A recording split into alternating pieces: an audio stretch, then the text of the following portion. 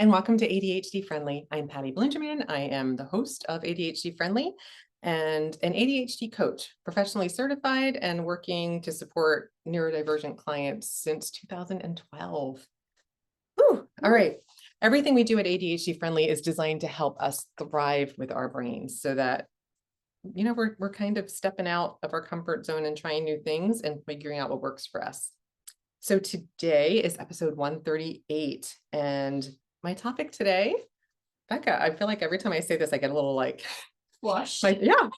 My topic is sex and ADHD. Yeah, you heard it right, not sex. I thought long and hard about whether or not to bring this topic forward, and if you're watching this, you're gonna see it's not the topic I'm most comfortable with, but at the same time, I'm not going to ignore it just because I'm not comfortable with it, because it's an important topic for us. So I'm gonna dive in to the level that I can. So get what you can from this episode. As always, leave the rest behind, and seek out more information if this isn't a topic that piques your interest or you need more information to support you in your relationship. All right, so let's start as we always do before we get to the topic with a celebration.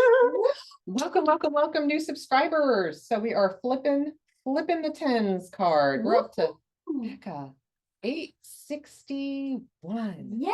Welcome. Thank you so much for subscribing. I really, I share every week. I just am so stinking grateful for anybody taking the time to there's so much out there. Yeah. I get in my own head sometimes with the, oh my gosh, why would anybody come? I'm like, stop. This is the soft place for you to land, to come and learn something, hopefully that you can take and immediately put into use in your own life. So thank you for joining me.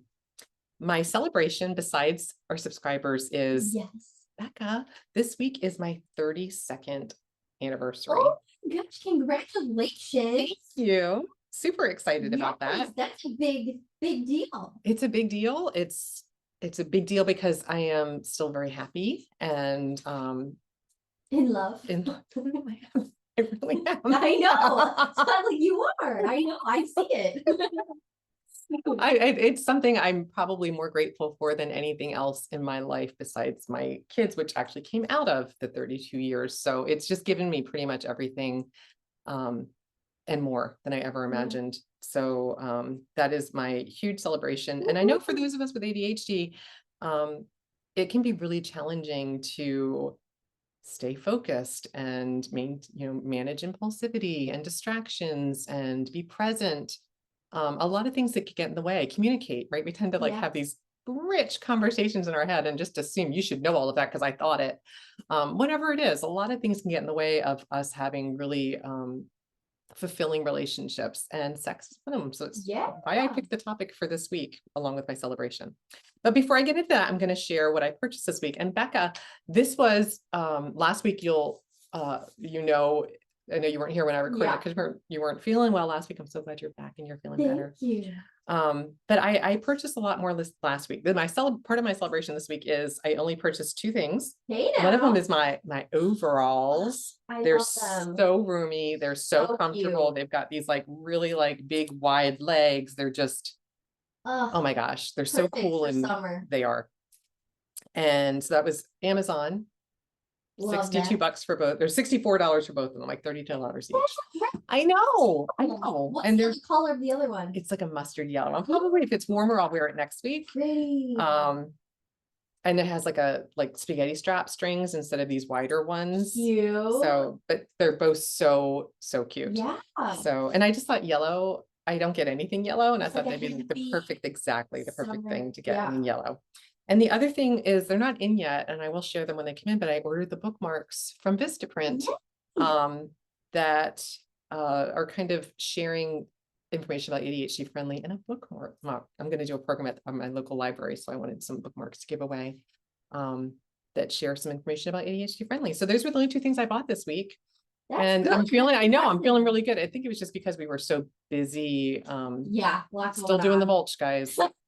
I mentioned the mulch. I'm not sure, but I'm still mulching. It's still there. It's one of those things that I'm like, all right, how am I going to get myself out of mulch in the next few years? Because it is.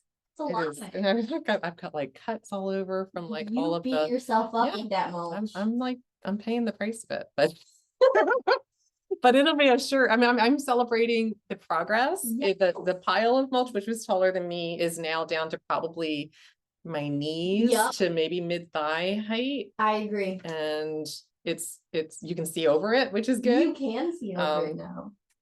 But it's not gone yet. So I'm getting there little by little. I think it's going to take 4 weekends, or that was the 3rd weekend. So Maybe one more one weekend. more weekend. And it's not hot yet here. Again, I love living in the Chicago area. Time for the ADHD friendly tip. It's a tip this week, not a tool. Yes.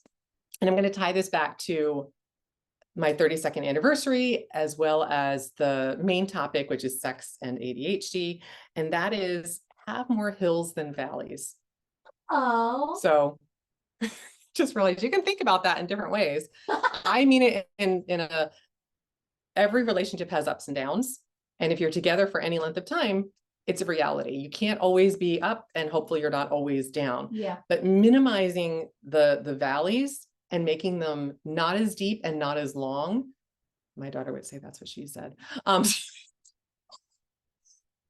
Is really one of the main things that I have found kept us from kind of having our relationship erode to the point that we weren't able to sustain it and get back up on that hill. Yeah. So my tip is have some strategies to get out of the valleys more easily. So I'm going to share a few of my strategies that have supported me over the last 32 years, and just invite you to notice what are yours and how do you remember what they are? Because remember, when we're in a valley, we're low energy and we're not necessarily connecting to all of the things that we're aware we need to do to support ourselves. So if you have like a go-to list, it's so much easier to pull from that and tap back into it with more ease. So some of the things on my list are capture the hills. And by that, I mean those successes, those times that you were just really feeling the connection, whether it was a event you went to together, a vacation you took, something, just a funny memory that you have that you've written down, something that you guys did together. Capture it in a way you can go back and revisit it. So I've shared, I have my expected patronum journal where I share visual successes. I have a whole section for just my husband and I, for our pictures, for our images that help me to reconnect to those hills. So I can go back to that and revisit. I also collect note cards and little like notes and anniversary cards, or different things that we've given each other over the years, again, to go back if it was meaningful to reconnect to it. Another strategy to make those valleys shallower is create a list of things that you enjoy doing together. So if you're in a valley, maybe you haven't, kind of done those things that you do reconnect with more easily. So like my husband and I, we like to go bowling together. We like to watch, go out and kind of make movie going an event. We like to travel. Having a list of, things that are really easy for us to do at home, or things that are more, kind of an event out of the house or a vacation, is really important, so that we have a way to pull from, depending on where we are in terms of our ability to have time to do it, or budgetary, or whatever it is. So we have a lot of different options to pull from. Small acts of kindness. So this has been honestly one of the biggest game changers over the last 32 years. And for me, it's one of the reasons why I've shared in previous podcasts, I'm not a huge fan of Mother's Day, Father's Day, Valentine's Day, these kind of made up holidays that were really designed to sell things. Yeah. They don't mean as much to me personally. So what means more to me is if you randomly do something kind, and it could be, you literally took maybe I sorted the laundry, but I haven't had a chance to bring it all downstairs. One of my husband's sweetest things, and it's a simple thing, but he'll just carry the baskets downstairs and start the load in the wash. And it means so much to me if I come down and it's already running, instead of me oh, I forgot it was upstairs, and it's out of sight, out of mind. And so it might sit there for days, and just the act of him starting it gets me going. And I find it's that implementer finisher I've talked before. I can pick it back up. I make my husband coffee or tea every morning. It's just part of it. Makes me really happy. I know how much he enjoys it just being brought to him. Sometimes I tease him because he'll just sit down. I'm waiting for your coffee, and I'll kind of bring it to him. But I enjoy, because I've shared, I'm not big on cooking. Yeah. But I can make a cup of coffee. So and I worked really hard to actually learn how to make coffee, because I didn't drink coffee till I was in my 30s. So I remember I really research how do you make a good cup of coffee, because at first he didn't like my coffee and I really wanted him to like my coffee. Aw, so sweet. So yeah, so like making a cup of coffee. There you go. Exactly.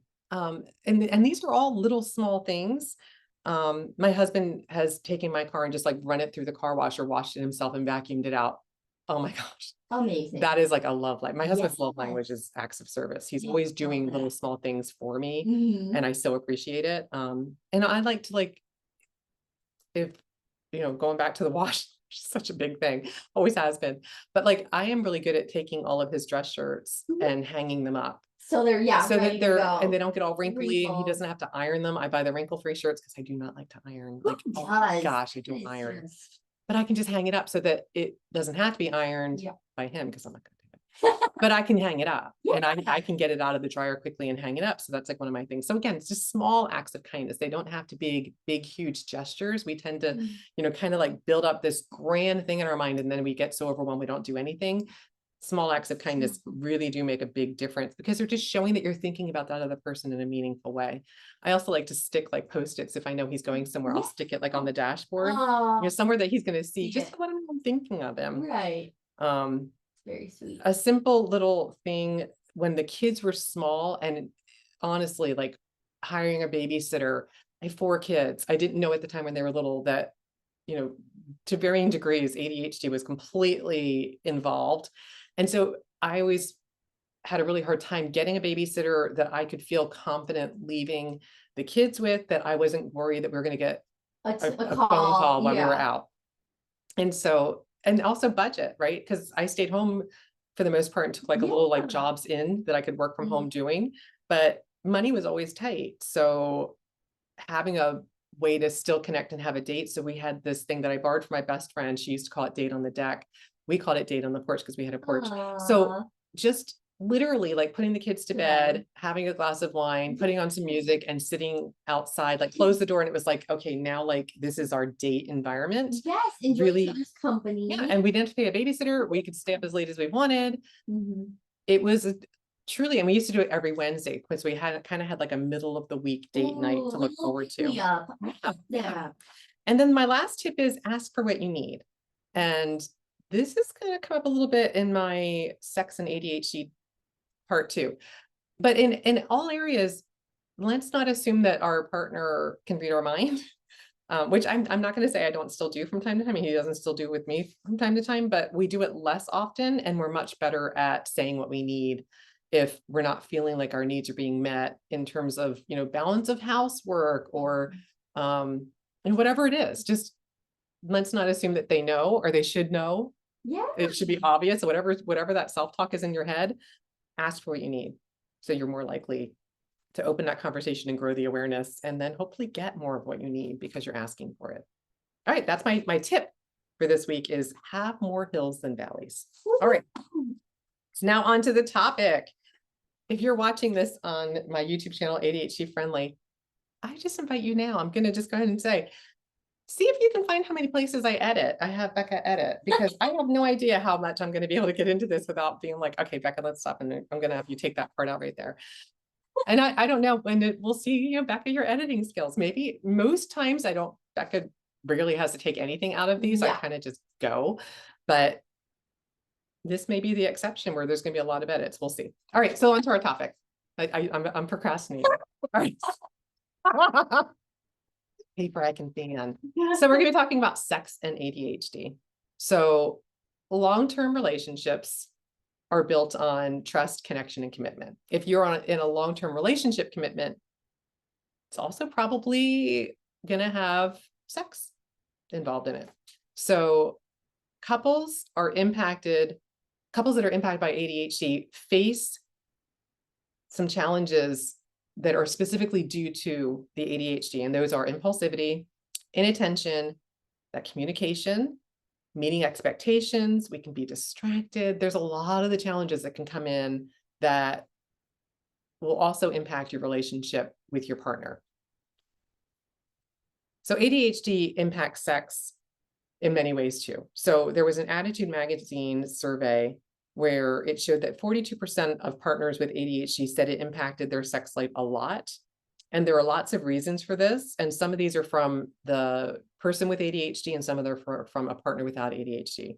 So for the partner without ADHD, they said that feeling like a parent to their partner got in the way of them feeling that Oh, intimacy. yeah, sure. Responses also included unbalanced household responsibilities. So if you're kind of like, okay, I've been like picking up all the slack here, I'm not feeling very romantically inclined. Yeah. I'm tired, from doing everything. Important.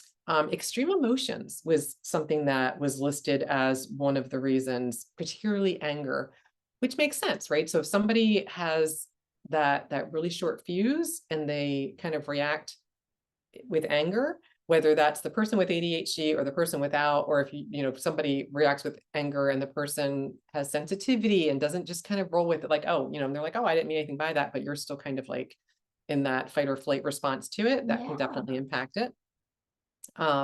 Stress is another reason that sex can be impacted, as well as side effects from medication can sometimes impact your sex drive. Yeah. And then also mismatched sex drives. And that's what I'm going to talk about more in just a minute. I'm going to dive into that. But one of the other ones that I found interesting was distraction.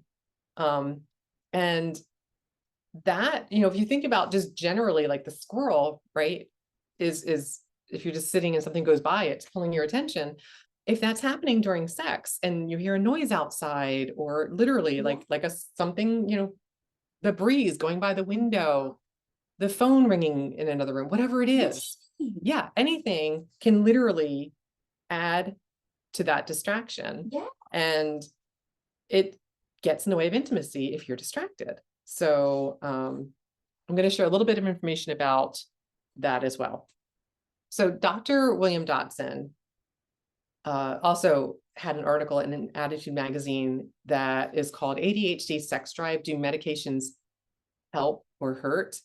And regarding medication, Dr. William Dodson says, there is no formal or published research that I'm aware of, this is Dr. Dodson speaking, that addresses the question of how ADHD medication affects the level of interest a diagnosed adult has for sex.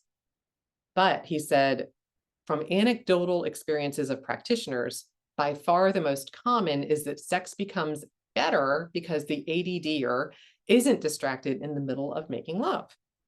He said that medication helps patients, men and women, to focus, pay attention, suppress distractions, and stay in the moment. So that makes sense. That absolutely makes sense. But it can also negatively impact libido and other things. So if that's an issue, again, something to discuss with your prescriber, so that you are starting to, if you're growing your awareness of what's getting in the way of that relationship, that part of your relationship that you want to have work better for you, if that's something that could help or that is actually getting in the way because of side effects. Prescriber, talk to your doctor. Okay. So going back to the mismatched sex drives, this is a very common thing. So Dr. Ari Tuckman, so not a medical doctor, PhD doctor, he says that ADHD is linked to a high sex drive, which can contribute to significant differences in desire between romantic partners. So he says, for a more productive conversation, some ways to explore could include, and these are some questions that he shared you might want to explore with your partner. What do you hope for from our shared sex life? So just kind of opening the door. And again, in a safe environment, where I always say, if you go back to my episode where I talked about feedback, this is a kind of feedback kind of area that you're asking for information, you're having that open discussion. So making sure that you feel like you are in an environment that you feel like you can have this conversation without distractions, that you feel safe having it. So, making sure that you're going to get the response. So it's not, I remember when I read this and I thought, okay, if somebody was angry and you said, what do you hope for from our shared sex life? If you are asking that at a time when emotions are charged, you might get an answer like, I expect sex, or, something that's not really going to move you forward. And so it's just kind of like, ideally, like, what does it look like for you, so that you're getting an idea of what the expectations are. And if we understand expectations, we're in a better position to manage them. So another question that he says can help to explore this topic is, what would it take for you to be more interested in sex? So if you're the partner with the higher sex drive, exploring like, what would you need to be more interested? Maybe it's spicing things up in some way that you guys are coming to an agreement on what would feel interesting and safe to both of you. Another question that he said can help is, are there better ways for your partner to approach you? So if you're noticing that the way that your partner's approaching you isn't working, what would work? So that, again, not assuming that they should know just because it didn't work, that they should try something different. Remember, that's not how our brains work. We tend to make the same mistakes over and over and repeat them because we're not able to really observe those patterns in a way that allow us to readjust our approaches. So maybe thinking about for yourself, what would work better for you, and then sharing that again in a way that is supportive and honoring of your relationship. And then finally, he says, are there better ways for you to take a pass? So if you are soliciting a romantic encounter, a sexual encounter with your partner, and it's just, you're not feeling it, it's not something that you are interested in, are there better ways for you to say that so that, again, you're preserving the relationship and not potentially damaging it, even if that isn't your intention? Because remember, with ADHD, we can be really, really sensitive. So if we're rejected, it can be really hard to come back and put ourselves in that really vulnerable position again. So are there better ways for you to take a pass? Might be something to explore. Yeah. So Ari says, what's most important is that when you do have sex, it is a positive experience for both of you. And he says, this may mean that sometimes you need to stretch yourself to get into the mood, or at least be willing to be convinced, knowing that you always have the right to change your mind. I absolutely wanted to include this because it doesn't mean that because we want something, if the other one doesn't, then it's a no. I always say, like, a no trumps every yes, like the no is a no. Right. And so I'm going to share, this was a friend I had decades ago. I remember them telling me that their mantra, because they had a higher sex drive than their partner, and their mantra was, give me 10 minutes. And so I love that, because and that's what I haven't thought about that forever. But when he said, this might mean sometimes you need to stretch yourself to get into the mood, or at least be willing to be convinced. It's like, give me 10 minutes to convince you. But you have to be willing. That goes back to the, again, that if it's still a no, it's a no. So you can't be kind of like, all right, I put this 10 minutes effort into it. It has to be that, okay, well, let me see if I can change your mind. Give me 10 minutes. I love that approach, because it's, if you can stay unattached, it's, it's kind of gamifying it. It's like, let me see if I can change your mind. And if not, maybe you both learn a little bit more, like, okay, I like that. I'm just really not feeling it today for this reason or whatever. So really at its core, I wanted to bring up this topic, and I am staying very surface level. I'm not sharing personal anecdotes here. That's not something that, it's just not who I am. I'm not going to, kind of go to that level on this topic, but understanding that ADHD can show up in your sex life is just a really important thing to know. And keep in mind that ADDitude Study showed that for couples experiencing turmoil, counseling was in most cases a vital component. So if you are at a place where you're not able to communicate, or you're not able to move forward, I always want to share, what other things can you do so that you're exploring ways to come back together again. And counseling, therapy, all of those can definitely be a way forward. So, look for resources if you need more. That's it. I don't know. I don't think I have to edit too much. So that's all right. So on to the book of the week, which this cracks me up. Mr. Rogers ties right into the topic of sex and ADHD, doesn't it? Like, I literally picked this on purpose because it's called, okay, the book, if you're not watching, is called Kindness and Wonder: Why Mr. Rogers Matters Now More Than Ever. It's by Gavin Edwards. The kindness and wonder, I just honestly felt did speak to the topic of sex and ADHD. If you approach it with kindness and a little bit of wonder, anything is possible. I did find this read really interesting. I did watch Mr. Rogers when I was little. It was funny because when my kids were little, did you really? My kids didn't. It didn't. I remember thinking, oh, I couldn't put my thumb on what it was, but it just didn't seem to have the same magical, like, hold their attention. And I think I actually learned a bit from reading this, that he intentionally wouldn't switch camera shots more than twice a minute. And I think shows were really cutting Yeah. much more. And now it's like every 3 seconds, something else is being Totally. shown. But I did learn more About him? Is it like about about him. his life? It's all about his life. Yeah. I love that. But I learned more. I had more lessons apparently to learn from Mr. Rogers, even after he's no longer with us. But I had more to learn from him. And one of them is just random, but one of them was he had an NFL Super Bowl champion, like I guess 4-time Super Bowl champion Lynn Swan on, which I remember the name when I was a kid. Gosh. He was a guest on Mr. Rogers' Neighborhood.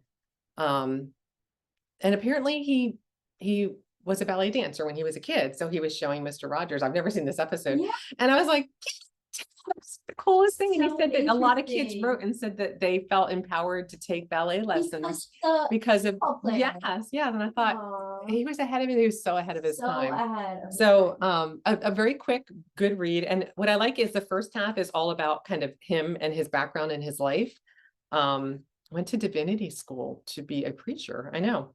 I could have totally I didn't realize that him. Mr. Rogers was kind of his like sermons, I but it could've wasn't said- religiously based. He was very mindful about not alienating anybody. Yeah, but it was still about like kindness. Yeah, but it was and... all about, you know, making sure that people could be heard. And the second part of the book, the second half is 10 ways to live more like Mr. Rogers right now. Oh. And so this book just came out in 2019. So it's 5 years old.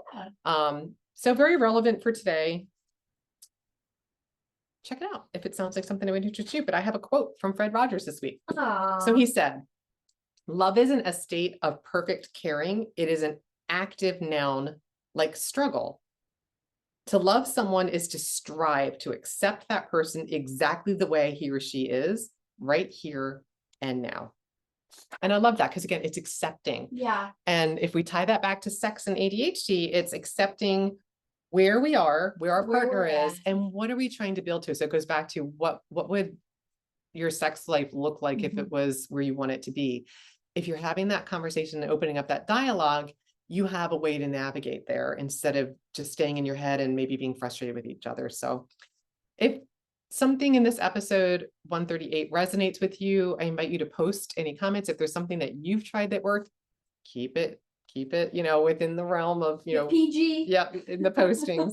But if there's something that, you know, a little tip that relates to ADHD and sex that has worked for you and you're open to sharing that, we all learn from each other. And I would love to see what other things are out there that people have tried. 32 years, I'm going for 32 more. So always interested to learn. And as always, take what works for you, leave the rest behind. If something didn't resonate with you, let it go. There's no expectation to hold on to anything that doesn't serve you, because that does not serve us to thrive with ADHD. That's it for this episode. I hope to see you next time. Until then, tally ho.